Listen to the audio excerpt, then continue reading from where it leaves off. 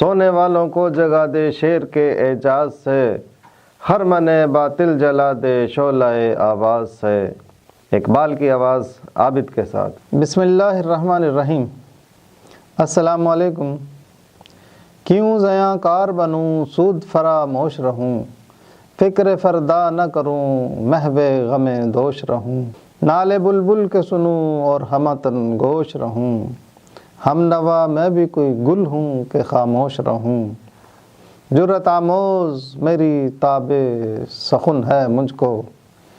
شکوہ اللہ سے خاکم بدہن ہے مجھ کو۔ نظم شکوہ کے پہلے بند کے مطالعے سے اس نظم کے شاعرانہ پس منظر کو یوں دیکھا جا سکتا ہے کہ جیسے علامہ اقبال اور ان کے دوست و احباب ایک محفل میں بیٹھے مسلمانوں کی تاریخ اور حالات حاضرہ پر مباحثہ کر رہے ہیں،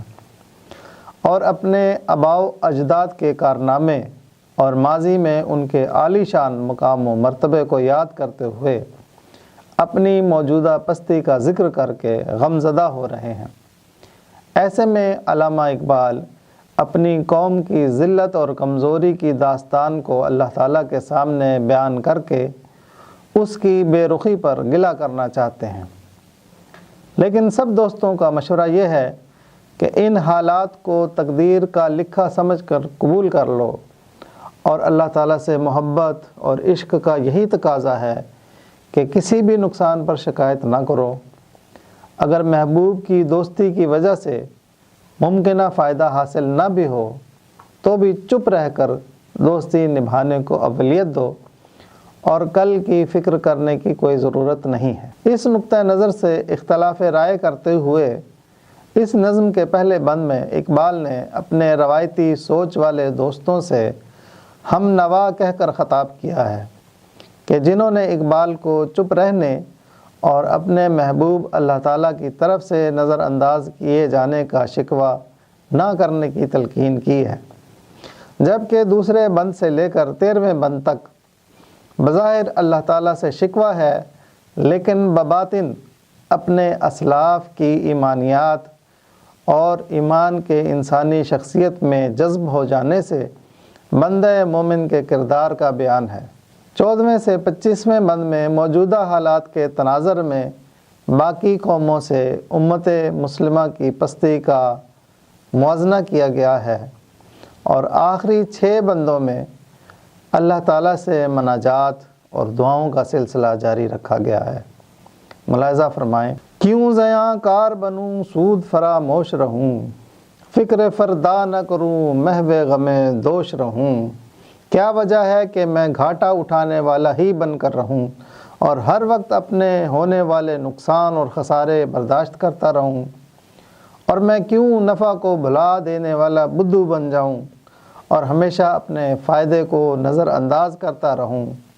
اور کس دلیل کے تحت آنے والے کل کی فکر نہ کروں، اور کیوں اپنے مستقبل کا دھیان اور پرواہ نہ کروں؟ کیا مجھ پر یہ واجب ہے کہ میں ماضی میں ہونے والے اپنے نقصانات کے غم میں ہی گم اور کھویا رہوں، اور آج خود کو مٹا کر اپنی زندگی حیرانیوں، پریشانی اور تکالیف میں گزار دوں؟ نالے بلبل کے سنوں اور ہمتن گوش رہوں، ہم نوا میں بھی کوئی گل ہوں کہ خاموش رہوں۔ میرے ہم نوا دوستو، ہم سب اس اجڑے ہوئے باغ کی بلبلیں ہیں،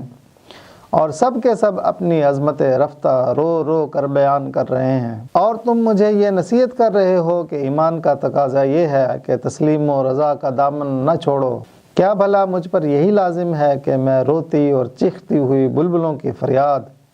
گریہ زاری اور آہو بکا سننے کے لیے اپنے پورے جسم کو کان بنا دوں، یعنی اپنی زبان کو بھی کان بنا کر اس سے بولنے کا حق بھی چھین لوں؟ میرے ہم نواؤ، اگر میں ایک پھول ہوتا تو ضرور خاموش رہ سکتا تھا، کیونکہ پھول کی ہر پتی زبان سے مشابہ ہوتی ہے، مگر بے زبانی پھول کی تقدیر ہے،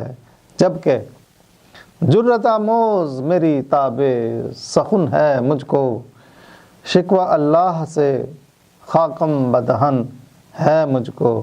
مجھے تو میرے خالق رحمان نے علم بیان سکھا کر بولنے کی طاقت دی ہے، اور میری قوت اظہار مجھے ہمت اور دلیری کا یہ سبق سکھا رہی ہے کہ میں خاموش رہنے کی بجائے اپنے درد و الم، دکھ اور تکلیف کو اپنے رب الرحمن الرحیم کے سامنے کھل کر بیان کر کے اس کی مدد اور نصرت کا طلبگار بن جاؤں۔ لہٰذا میں آپ کی نصیحت پر عمل کر کے خاموش نہیں رہ سکتا۔ اگر میری بات بری لگے تو اس پر میں آپ سے اور اللہ تعالیٰ سے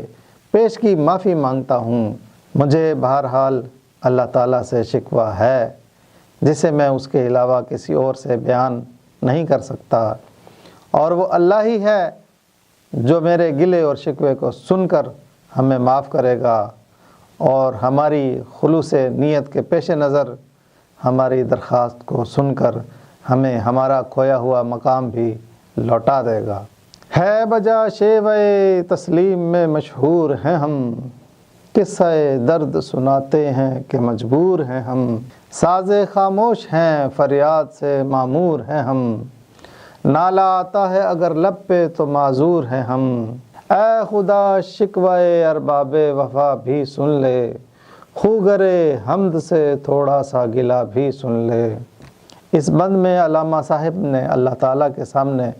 خود کو سرنڈر کرتے ہوئے اپنی لاچارگی اور بے بسی کو جواز بنا کر اللہ تعالیٰ سے شکوہ سننے کی مؤدبانہ اپیل کی ہے بجا شیوہ تسلیم میں مشہور ہیں ہم، قصہ درد سناتے ہیں کہ مجبور ہیں ہم۔ یہ بات اپنی جگہ ٹھیک ہے کہ ہماری شہرت کی وجہ ہی ہماری رضا، قناعت اور صبر کی عادت ہے۔ حضرت ابراہیم علیہ السلام نے ہمارا نام مسلمین یعنی تسلیم کرنے والا رکھا تھا۔ جب ان کو بھڑکتی ہوئی آگ میں ڈال دیا گیا تو انہوں نے صبر سے کام لیا۔ جب حضرت یوسف علیہ السلام کو ان کے بھائیوں نے اندھے کنویں میں پھینک دیا تو انہوں نے تسلیم و رضا سے کام لیا۔ جب اکیلے حضرت موسیٰ علیہ السلام کا مقابلہ وقت کے حکمران فرعون سے ہوتا ہے جس میں جیت جانے کے بعد ان کے قتل کا فیصلہ ہوتا ہے تو وہ بھی استقامت کا مظاہرہ کرتے ہیں۔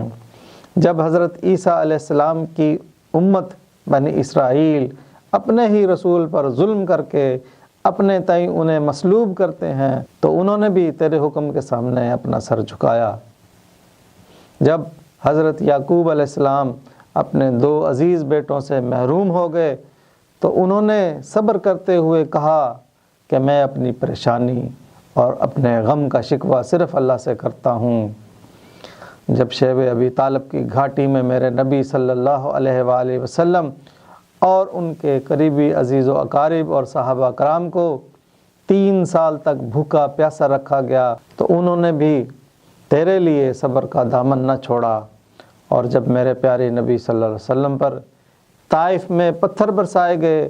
تو انہوں نے بھی تسلیم و رضا کا مظاہرہ پیش کرتے ہوئے فرمایا تھا، اے اللہ میں تجھ سے اپنی کمزوری و بے بسی اور لوگوں کے نزدیک اپنی بے قدری کا شکوہ پیش کرتا ہوں۔ آج ہم بھی تیرے محبوب نبی صلی اللہ علیہ وآلہ وسلم کی سنت پر عمل کرتے ہوئے اپنے دکھ اور درد کی داستان تجھے سنانے پر مجبور ہو گئے ہیں۔ ساز خاموش ہیں فریاد سے معمور ہیں ہم،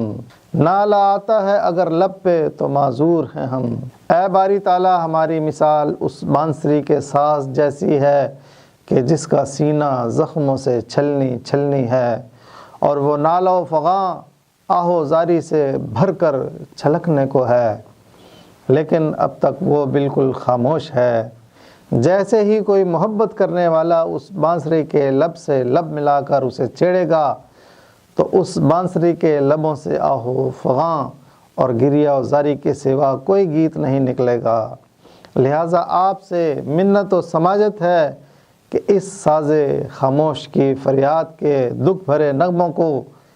ایک مجبور، ناچار اور بے بس انسان کی آواز سمجھ کر ہمدردی سے سن لینا۔ اے خدا شکوائے ارباب وفا بھی سن لے، خوگرے حمد سے تھوڑا سا گلہ بھی سن لے۔ اے اللہ ہم تو حمد و ثنا اور تعریفیں کرنے کے عادی ہیں، اور ہم